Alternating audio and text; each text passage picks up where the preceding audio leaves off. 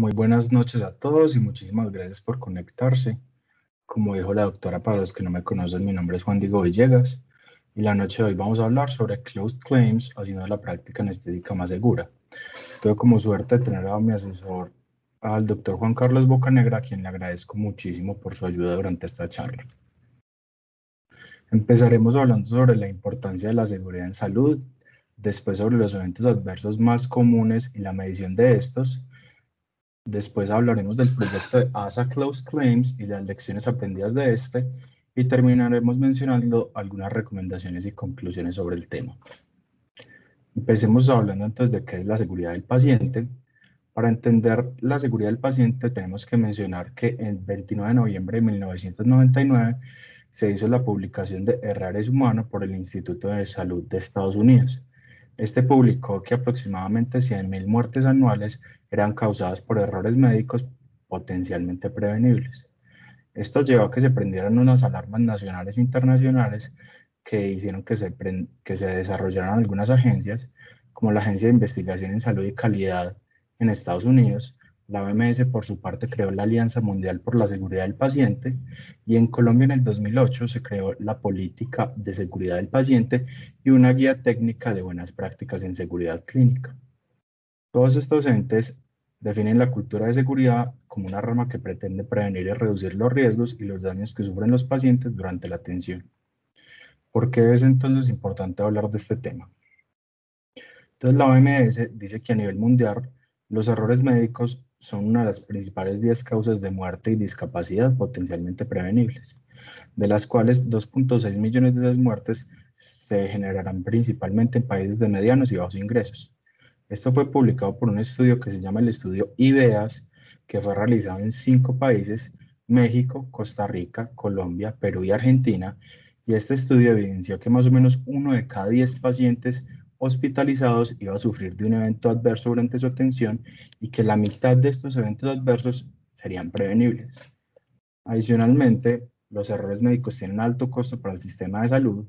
Nada más los errores en la medicación tienen un costo de 42.000 millones de dólares anuales, y como para que tengamos esto en perspectiva, el presupuesto para el sistema de salud colombiano para el año pasado fue 8.2 millones de dólares.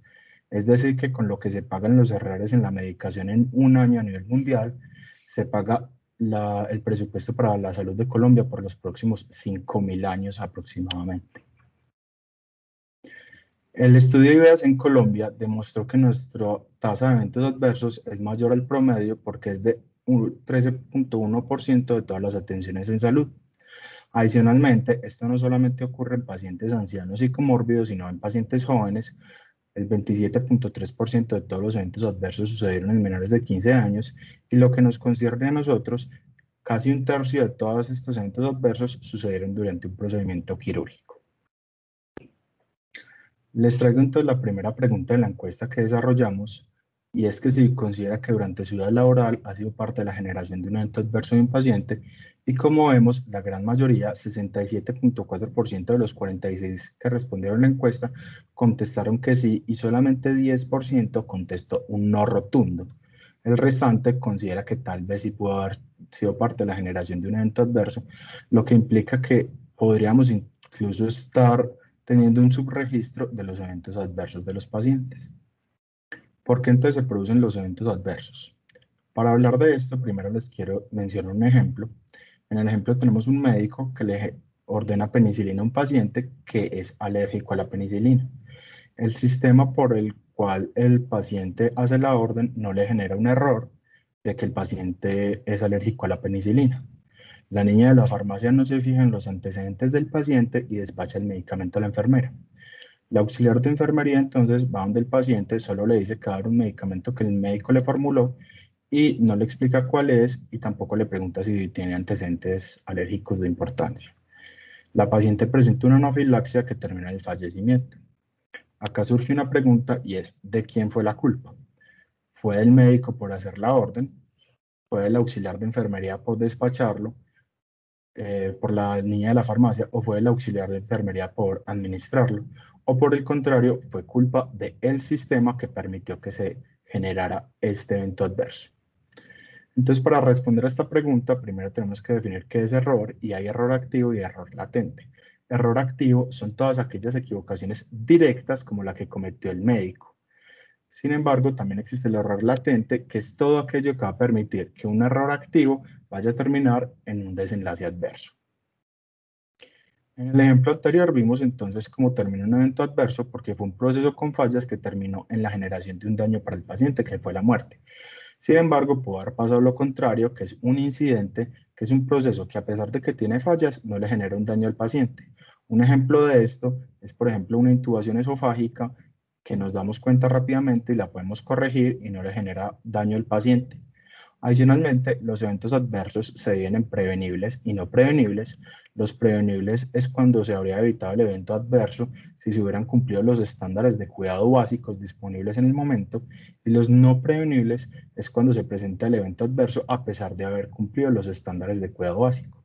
Un ejemplo de esto es, por ejemplo, un tromboembolismo intraoperatorio en un paciente en que se realizaron todas las medidas antiembólicas disponibles en el momento.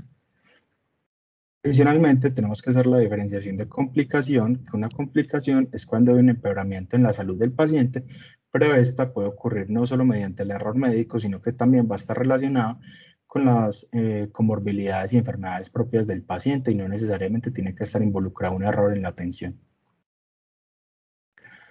La segunda pregunta es que si usted cree que pudo haber hecho algo durante su vida laboral diferente para evitar un desenlace adverso.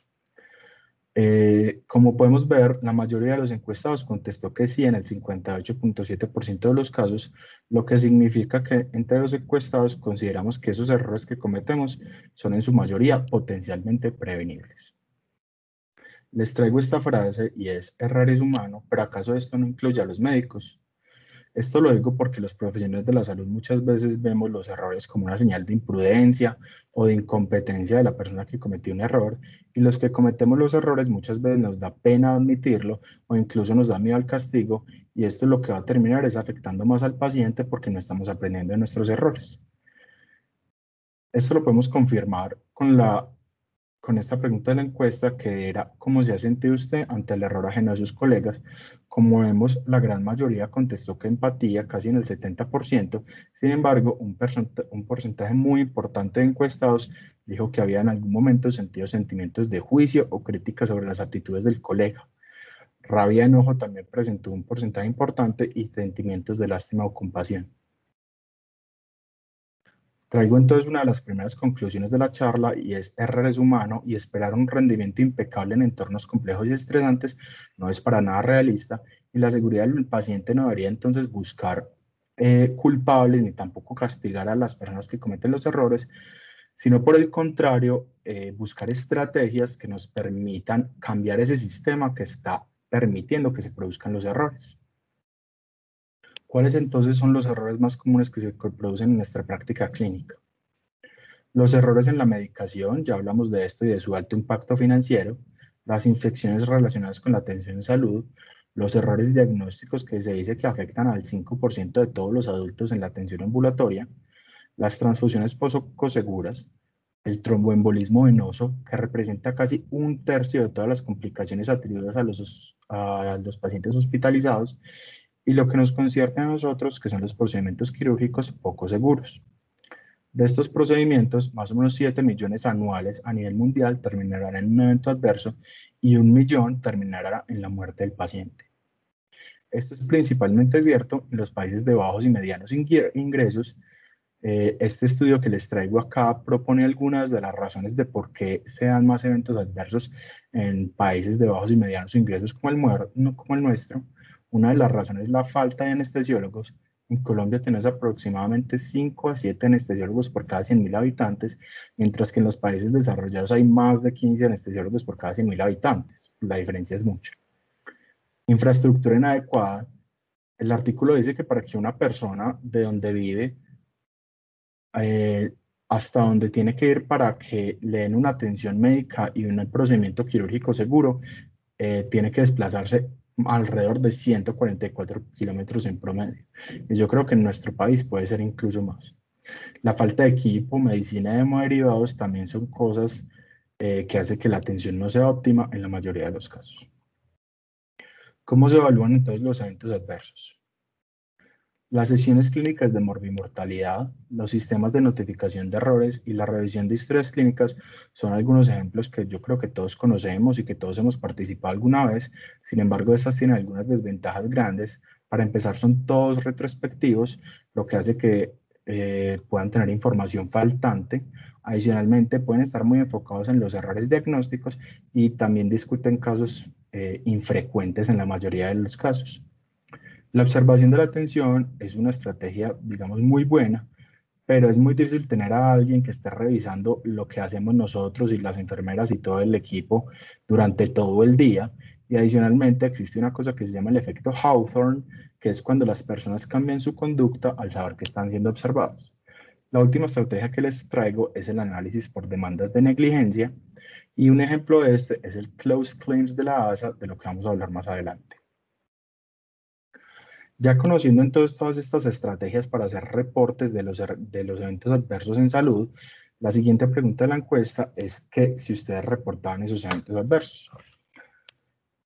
Nada más un tercio dijo que sí, siempre lo reportaba, mientras que el 45% dijo a veces sí, a veces no, y un 10% dijo que nunca. Entonces, ¿por qué no estamos reportando esos eventos adversos? La principal respuesta fue desconocimiento de cómo hacerlo, y esto habla de que probablemente haya un déficit de educación en los hospitales, porque es deber de todos reportar los eventos adversos y no solo de las auxiliares o de las enfermeras jefes. Y por lo tanto esta respuesta de no era mi labor de casi un tercio de los que respondieron, la verdad, es errónea porque es labor de todos. Midas las repercusiones fue la segunda respuesta con porcentaje más alto en el 46.4%. Sin embargo, acabamos de ver que la seguridad en salud no busca culpables ni tampoco castigar a la gente, sino que busca aprender de los errores. Entonces, el miedo a las repercusiones y no reportar los errores por compañerismo, confidencialidad, son cosas que no deberíamos pensar. Otras respuestas individuales que me parecieron muy interesantes traerlas fue olvido. El docente a cargo dijo que no reportáramos el evento adverso y que no hubo daño para el paciente, pero a pesar de que no haya habido daño, es importante hacer los reportes porque los incidentes igualmente tienen errores en la atención de los cuales podríamos aprender. Hablemos ahora del proyecto de ASA Closed Claims. Este proyecto inició en 1980 porque ninguna empresa de aseguramiento quería asegurarnos a nosotros los anestesiólogos. Nosotros éramos una especialidad de altísimo riesgo. Representamos nada más el 3% de todos los médicos asegurados, pero nos gastábamos la plata del 11% de todas las conciliaciones por negligencia. Entonces, fue en 1984 cuando llegó el presidente de la ASA de ese momento, el doctor Ellison C. Pierce, que posteriormente sería conocido como el padre de la seguridad en la anestesia, y este señor lo que hizo fue buscar estrategias para disminuir las demandas a los anestesiólogos y para mejorar la seguridad del paciente. Y entre esos se inventó el Closed Claims Project. ¿Qué es entonces este proyecto? Este proyecto se trata de extraer información de reclamaciones cerradas. Las reclamaciones cerradas son demandas a los anestesiólogos que ya terminaron un veredicto, sea a favor o no del paciente, o una conciliación. De estas reclamaciones entonces se extraen toda la información, incluyendo historia clínica, los testimonios de todos los participantes y los peritajes de expertos, con el objetivo de identificar las principales lesiones por las cuales demandan en anestesia y diseñar estrategias para mejorar la seguridad del paciente. Algunas de las ventajas entonces de este proyecto es que las revisiones de las reclamaciones sirven para la realización de revisiones de morbimortalidad de lesiones anestésicas que pueden ser poco comunes pero al mismo tiempo muy graves. Además, toda la información obtenida de estos casos puede permitir la generación de hipótesis sobre la relación causal entre las conductas del anestesiólogo y la aparición de un evento adverso. Y por último, nos va a servir para la creación de recomendaciones para prevenir y proteger a los pacientes de algunos peligros propios de la anestesia. Las limitaciones grandes de este proyecto es que no sirve para calcular incidencia porque no necesariamente todas las demandas tienen que terminar en una demanda. Adicionalmente retrospectivo, entonces puede haber información faltante, no hay incidentes ni eventos adversos leves. Esto es porque en Estados Unidos los abogados se ganan un pedazo de la plata de la conciliación o de la demanda si es a favor del paciente. Entonces, los abogados en Estados Unidos no buscan representar casos que hayan terminado en incidentes que no generaron daño y por lo tanto no van a dar plata, y en eventos adversos leves que no van a dar casi plata en comparación a casos más graves que probablemente sí le vayan a dejar mucho dinero al paciente. El tiempo desde el inicio a cierre de los casos también es importante porque es aproximadamente 5 años, lo que hace que crezca muy lentamente la base de datos. Y hay otra cosa que se llama el sesgo de desenlace, y esto es que las personas que leen estos casos en donde un desenlace muy grave van a ser más fuertes al juzgar a la atención del anestesiólogo y van a decir que fue mala esa atención, incluso si se compara con otra atención que fue exactamente igual, pero no terminó en un desenlace adverso. ¿Cuáles son los hitos y las enseñanzas principales que nos ha dejado el proyecto? Entonces, la principal enseñanza que nos dejó, y la primera, fue gracias a ese artículo publicado en 1988 de 14 pacientes que presentaron paro cardíaco cuando les estaban poniendo anestesia neuroacción. Estos pacientes eran completamente jóvenes, no tenían ninguna comorbilidad, no sufrían de nada. Y cuando se pusieron a analizar los casos, se dieron cuenta que antes de presentar la parada cardíaca, los pacientes presentaron hipotensión y bradicardia que los llevó a la sistolia. Y esto llevó a una recomendación que para hoy en día a nosotros nos parece lógica, y es que todos los pacientes que van a ser sometidos a anestesia neuroaxial tienen que estar monitorizados con pulso oximetría y se debería preparar atropina y epinefrina para tener disponible en caso de emergencia en todos los casos. La segunda enseñanza más grande fue en 1990, cuando se evaluaron 522 casos que terminaron en la muerte del 85% de estos pacientes debido a problemas con intubación esofágica, ventilación inadecuada y vía aérea difícil. Y esto llevó a que en 1993 se publicaran las primeras guías de vía aérea difícil de la ASA, que ya vamos en las del 2022 que se publicaron este año, y a que se volviera obligatoria el monitoreo con capnografía en todo paciente que fuera a ser intubado. Otras enseñanzas grandes más recientes son los incendios intraoperatorios, que ya sabemos son más comunes en los procedimientos de cabeza y cuello y nos dejan algunas recomendaciones para prevenirlos. Y sobre la anestesia fuera de quirófano, los análisis de las demandas han demostrado que hay muchos pacientes que demandan porque tienen complicaciones en anestesia fuera de quirófano, y la mayoría de estas complicaciones son relacionadas con sobresedación o depresión respiratoria, y el 33% de estas demandas han sido consideradas como prevenibles.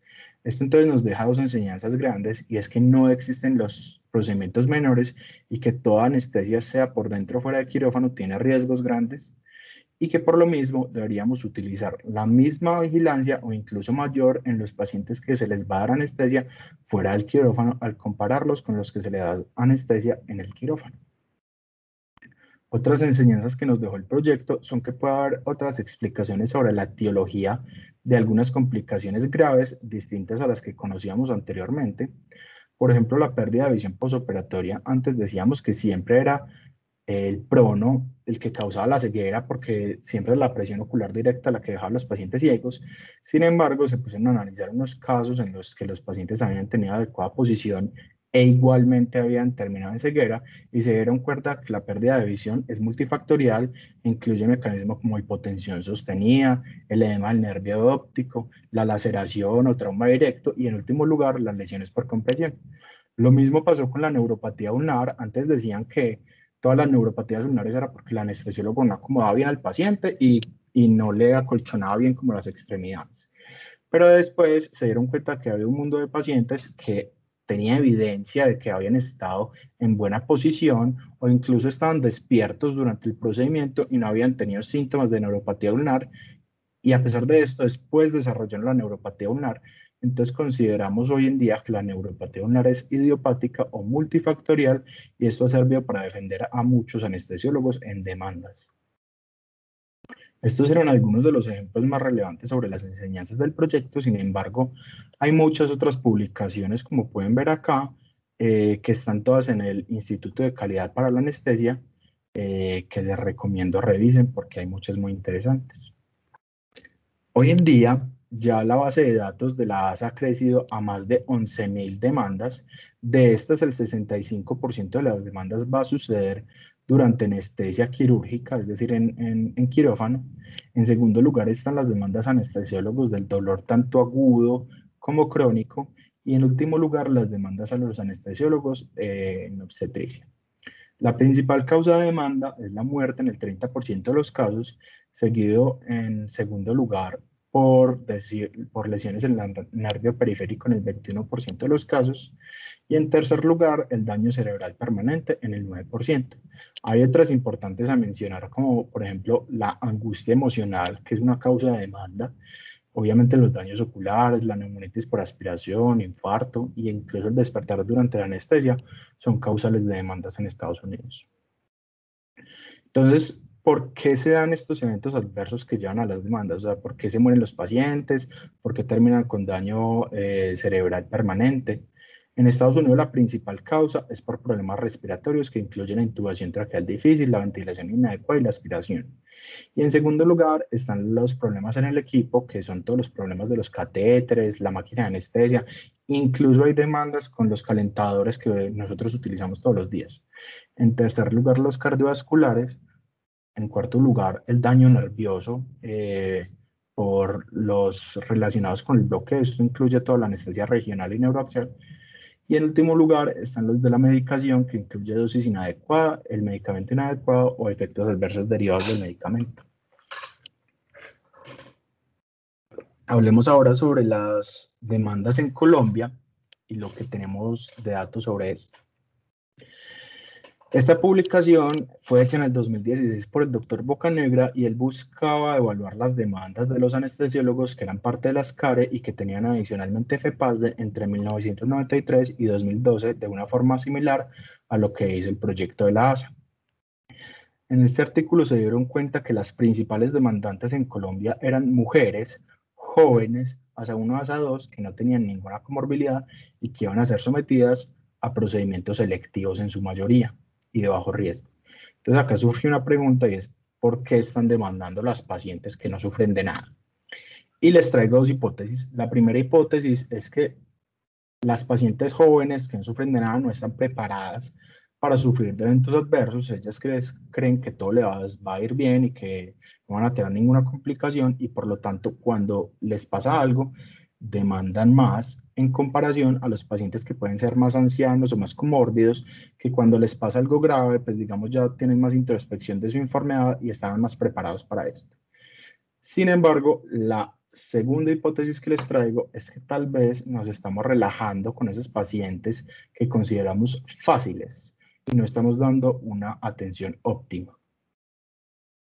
En Colombia, la principal causa de demanda fue muerte en el 50% de los casos y en segundo lugar, no estuvo el daño en el nervio periférico como en Estados Unidos, sino la lesión cerebral en el 23% de los casos y de esta lesión cerebral el 77% fueron lesiones severas. En tercer lugar, sí fue lesión en nervios periféricos, que como sabemos para la ASA, esa fue la segunda causa. En nuestro país, entonces, ¿por qué se están dando estos eventos adversos que llevan a las demandas de los pacientes? Lo principal es por complicaciones del sistema cardiovascular. Esto incluye bradicardia, hipotensión, shock, paro cardíaco. Y en segundo lugar están las complicaciones del sistema respiratorio en un porcentaje similar a lo de la ASA. Para nosotros, los problemas del equipo es la última causa con apenas 1%, mientras que en Estados Unidos es la segunda causa con el 20%, como habíamos visto antes. Terminemos entonces la charla hablando de cómo hacer una atención anestésica más segura. Antes de esto, les quiero mostrar esta pregunta de la encuesta, que es nosotros por qué consideramos que se dan los eventos adversos en nuestro entorno de trabajo. Los encuestados contestaron que en el 80.4% de los casos era por una comunicación inefectiva en el equipo, seguido por imprudencia, orgullo, confianza exagerada, que es lo que, perdón, en segundo lugar son las faltas de estandarización de procesos y en tercer ese de confianza exagerada, orgullo e imprudencia, que como estábamos hablando antes puede estar llevando a que no demos una atención óptima en los pacientes. En cuarto lugar estuvo la fatiga y el burnout, pero todas las otras tuvieron un porcentaje alto de respuestas. Entonces, probablemente todas sean causas muy importantes que deberíamos enfrentar.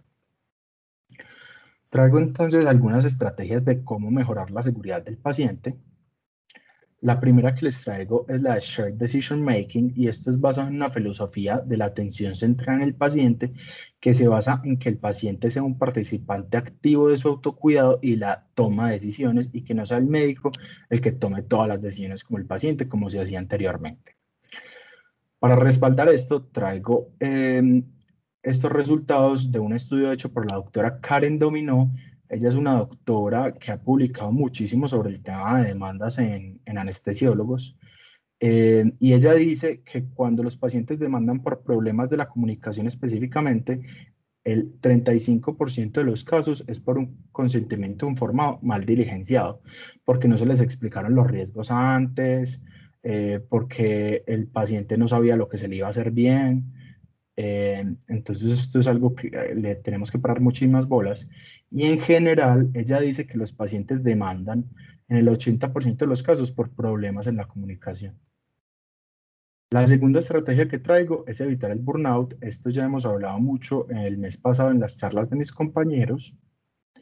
Las listas de chequeo que fueron implementadas en cirugía por primera vez por la OMS en el programa de Safe Surgery Saves Lives, que ha demostrado en múltiples ocasiones que se disminuye la mortalidad de los pacientes. La tercera estrategia es el entrenamiento, pero esto no es solo de habilidades técnicas, sino también de habilidades no técnicas. Y quiero traer a colisión este artículo que habla sobre la importancia de las habilidades no técnicas en la práctica quirúrgica actual. Esto incluye estrategias como la conciencia situacional, el liderazgo y las habilidades de comunicación, que disminuyen mucho los errores en cirugía. La última pregunta de la encuesta fue que en los últimos años a cuántos congresos, seminarios, etcétera, de competencias técnicas de su especialidad había asistido, y como vemos, la mayoría contestó que a más de uno, e incluso un tercio contestó que a más de 10. Sin embargo, cuando les hicimos la misma pregunta, pero referente a habilidades no técnicas como las que acabamos de mencionar, de liderazgo, trabajo en equipo, comunicación, casi la mitad no ha ido a ningún congreso, ni a seminarios, ni a ninguna actividad de esto en los últimos 5 años, a pesar de que es tan importante para la seguridad del paciente. La última estrategia es la comunicación adecuada con el equipo quirúrgico. Esto incluye estrategias como el briefing y el debriefing al principio y al final de cirugía, las estrategias BAR para entregar los pacientes, la comunicación en asa cerrada para la administración de medicamentos y la calidad de la información en la historia clínica. Terminemos entonces la charla con algunas conclusiones. La primera es: errar es humano y pedirle a las personas que sean perfectas es completamente imposible, y por eso los cambios no deben de ser realizados solo en el personal, sino en todo este sistema que está permitiendo que se generen los daños en los pacientes. La meta nunca será buscar entonces a los culpables. Y como sabemos, no hay anestesias menores, todas las anestesias tienen riesgos, y la comunicación con el paciente y el equipo quirúrgico es fundamental para la reducción del riesgo. Los dejo con esta frase, que es: un incidente es solo la punta del iceberg, una señal del problema mucho mayor debajo de la superficie.